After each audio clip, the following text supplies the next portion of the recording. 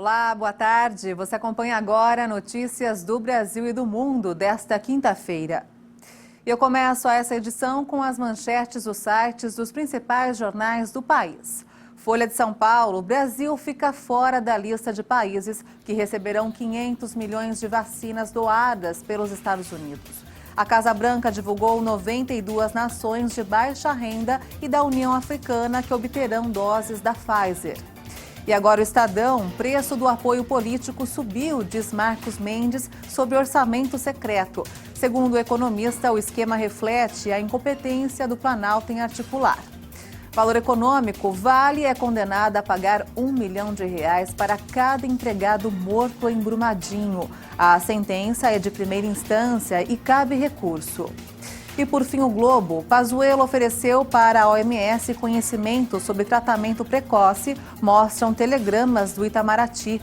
O documento em posse da CPI da Covid também mostra que o então ministro da Saúde tentou emplacar seu antecessor, Nelson Teich, como membro de uma comissão internacional.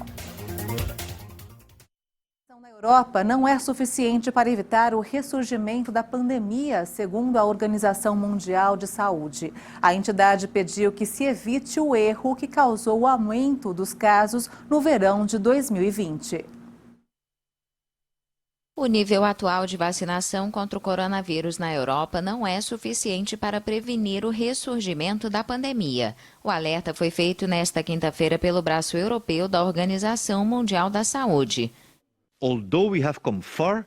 Embora tenhamos avançado muito, não fomos longe o suficiente. A cobertura vacinal está longe de ser suficiente para proteger a região de um ressurgimento. A distância a percorrer antes de atingir pelo menos 80% de cobertura da população adulta ainda é considerável. Nós também devemos lembrar que ser vacinados não nos impede automaticamente de adoecer ou espalhar o vírus. O diretor indicou que a região registrou uma queda geral de novos casos, internações e mortes nos últimos 2 meses, mas pediu aos países que evitem o erro de suspender as medidas prematuramente, como aconteceu no verão passado. Ao longo do verão passado, os casos aumentaram gradualmente nas faixas etárias mais jovens e depois mudaram para as mais velhas, contribuindo para um ressurgimento devastador, bloqueios e perda de vidas no outono e inverno de 2020. Não vamos cometer esse erro novamente. De acordo com a OMS Europa, que inclui 53 países e territórios, alguns na Ásia Central, 30% da população da região recebeu pelo menos uma dose da vacina e 17% está totalmente imunizada. O presidente americano Joe Biden e o primeiro-ministro britânico Boris Johnson se encontraram hoje pela primeira vez. O democrata faz a primeira viagem pela Europa desde que chegou à Casa Branca e vai participar do G7. Às vésperas do G7, Joe Biden e Boris Johnson se encontraram pela primeira vez nesta quinta-feira, determinados a assinar um novo pacto atlântico, mas em um contexto complicado pelo Brexit e suas consequências na Irlanda do Norte. Biden destacou ao chegar ao Reino Unido que esta primeira viagem internacional tem o objetivo de marcar o regresso dos Estados Unidos após o mandato de Donald Trump. O democrata vai fazer um giro pela Europa e participar da cúpula das 7 maiores economias mundiais, além de se reunir com o presidente russo Vladimir Putin. Para marcar a importância do relacionamento com o Reino Unido, Biden iniciou sua visita se reunindo com o primeiro-ministro britânico em Carbis Bay, cidade costeira do sudoeste da Inglaterra, onde o G7 será realizado de sexta a domingo. Biden e Johnson estavam com suas companheiras Jill e Kerry.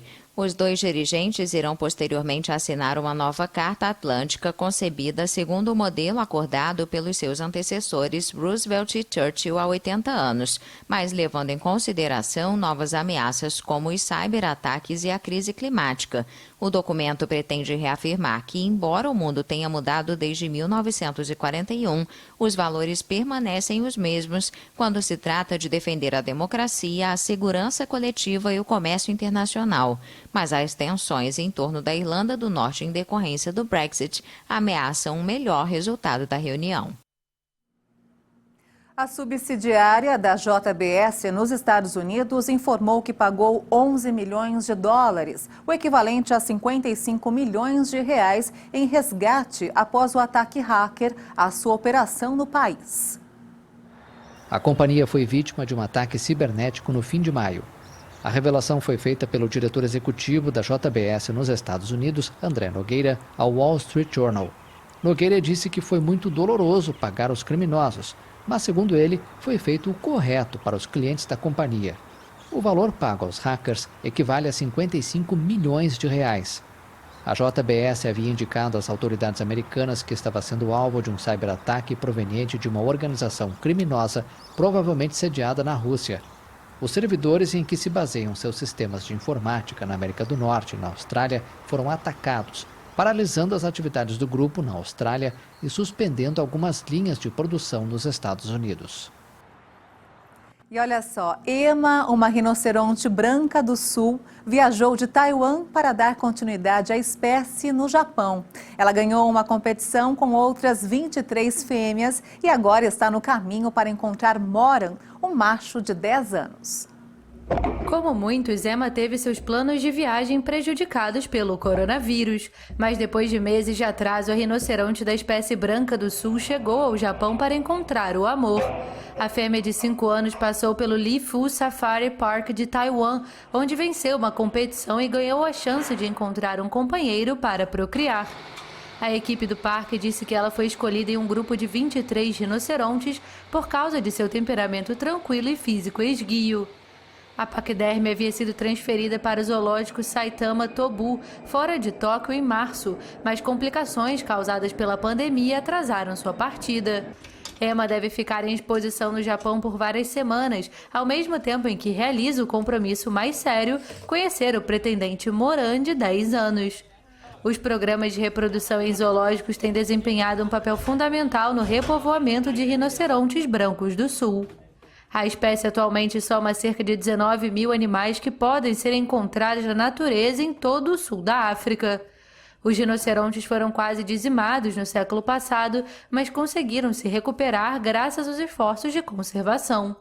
O Lifu Safari Park importou 8 rinocerontes da África em 1979 e agora tem o programa de criação de maior sucesso na Ásia, com 23 animais. E essa edição termina aqui. Você acompanha outras informações durante a nossa programação. E se quiser rever as nossas reportagens, é só acessar o canal HIT Notícias no YouTube. Obrigada pela sua companhia. Tchau.